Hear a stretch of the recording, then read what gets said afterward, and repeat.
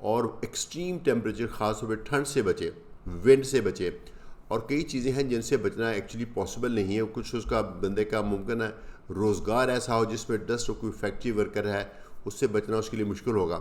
تو ان چیزوں سے بچیں. گھر میں پودے کم سے کم، خاص طور پہ کمروں میں کم سے کم رکھے جائیں. آف کورس کو پودے ہر کو رکھنے کا شوق ہوتا ہے، لیکن جو ایستھما کا مریض ہے اگر خاص طور پہ اس کو یہ اندازہ ہو گیا کہ کسی پودوں کی وجہ سے ہوتا ہے تو پودے گھر میں کم رکھے جائیں.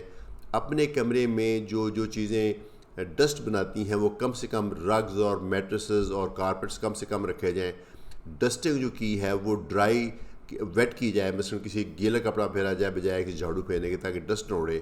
جب گھر کی ڈسٹنگ ہو رہی ہیں تو وہ حضرات جن کو ایستھما، وہ ذرا ایک سائڈ پہ ہو جائیں، کسی باہر چلے جائیں. تو یہ تو ہے پریونشن. اور پریونشن کے جو تو ہے جو ایک آپ خود ہی کر سکتے ہیں، لیکن ایستھما کے اٹیکس کی پریونشن دوائی کی صورت میں بھی ہوتی ہے. ایک دوائی ہے جو کہ ڈاکٹر پرسکرائب کرتے ہیں. اگر آپ کو بار بار اٹیک ہوتے ہیں تو وہ ایک دوائی آپ کو دی جائے گی، وہ مسکل کھاتے جائیں یا مستقل کھاتے جائیں. یا اگر آپ نے کلیئرلی آئیڈینٹیفائی کر لیا ہے کہ فلاں سیزن میں آپ کو ایستھما ہوتا، آگے پیچھے نہیں ہوتا، تو اس سیزن میں، وہ سیزن شروع ہوتے ہوئے لینا شروع کرتے ہیں. اسی طریقے سے ایک انہیلر ہوتا ہے، وہ انہیلر بھی پریونشن کے کام آتا ہے. اس میں اسٹیرائڈز ہوتے ہیں عام طور پہ، لیکن دنیا بھر کے فزیشنز کا، پلمونالوجسٹ کا یہ متفقہ فیصلہ ہے کہ جو انہیلڈ اسٹیرائڈز ہیں وہ سیف ہیں. ایستھما پریونشن میں انہیلڈ اسٹیرائڈ جو انہیلر سے لیتے ہیں وہ سیف بھی ہیں، افیکٹو بھی ہیں، اور جو کہ لیے کہ فرسٹ لیول کی ٹریٹمنٹ ہے ساری دنیا میں، یہ متفقہ فیصلہ ہے. تو اگر آپ کو پرسکرائب کیے گئے ہیں یہ انہیلر تو پلیز اس میں آپ، بے شک اس میں اسٹیرائڈ ہے، اس پہ آپ ریلیکٹنٹ نہ ہو، آپ وہ لیں. خاص طور پہ اگر آپ کو سیزنل ہے تو اس سیزن میں لیں، اگر کوئی سال میں کسی بھی وقت ہو سکتا ہے تو آپ ہر وقت لیں.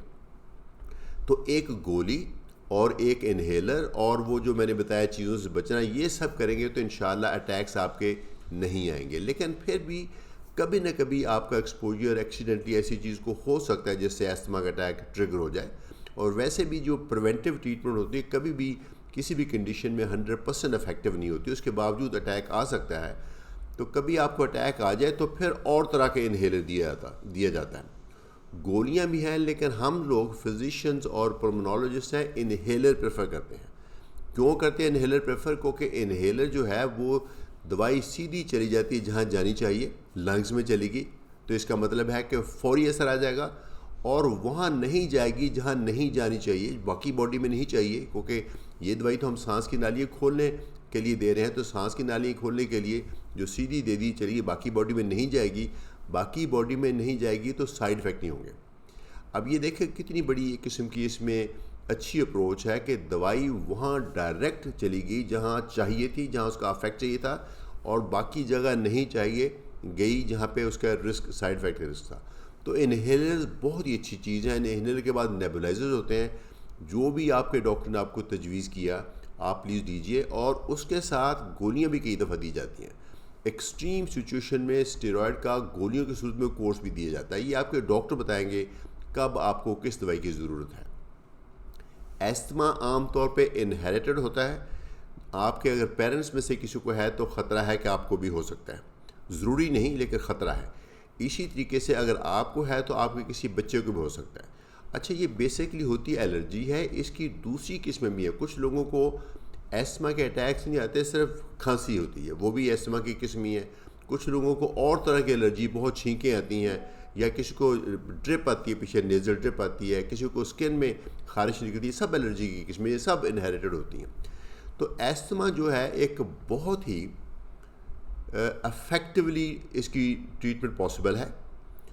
پلیز اسے ڈرے مت. کچھ ڈیروگیٹری ورڈ ہے. میں نے دیکھا کہ جب کسی مریض کو ہم تشخیص کرتے ہیں کہ یہ ایستھما ہے تو ایک دم سے وہ پیشنٹ جو ہے نا بڑا ہی ایک قسم کا پریشان سا ہو جاتا ہے. تو ایستھما ایک موسٹلی ایک پریونٹیبل ڈیزیز ہے، ٹریٹمنٹ ڈیزیز ہے، اور ٹائم کے ساتھ عمر کے ساتھ یہ خود ہی اس کی سیویرٹی کم ہوتی جاتی ہے. ممکن ہے کہ ایک وقت آ کے آپ کو اتنے انفریکوینٹ ہو جائے اٹیک سے لگے کہ جیسے ایستھما تھا ہی نہیں. تو کبھی کبھار پھر بھی ویسے جس بندے کو ہوتا ہے تو ایستھما ہو سکتا ہے.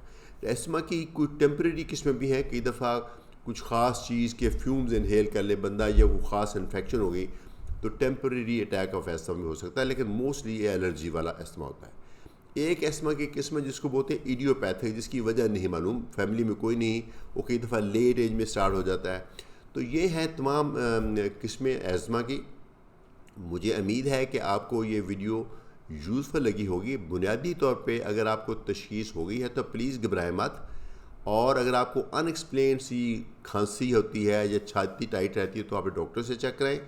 اس کا علاج ممکن ہے، پریونشن بھی ممکن ہے، اور اگر ہو جائے تو اس کا علاج میں ممکن ہے۔ بہت کم کیسز میں ایسما سیریس ہوتا ہے، خاص طور پہ ہمارے ملک میں، چونکہ ہمارا ملک گرم ملک ہے، اس لیے یہاں پہ ایسما عام طور پہ سیریس شکل نہیں اختیار کرتا، بٹ کر سکتا ہے، ایسا نہیں کہ نہیں کرتا، موسٹلی نہیں کرتا، لیکن اس کا اگر خیال کیا جائے تو ایک بہت ہی اچھے طریقے سے اس کا علاج ممکن ہے۔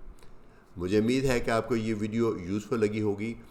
ایسما سے ملتی جلتی ایک دو اور بیماریاں بھی ہیں، ان کی بھی میں ویڈیو بناؤں گا، پھر انشاءاللہ آپ کو وہ بھی پہنچاتا ہوں۔ تھینک یو ویری مچ، شکریہ۔ عزیز الرحمان فرام میڈ اسٹینڈ، اپنی بیماری کو سمجھیے۔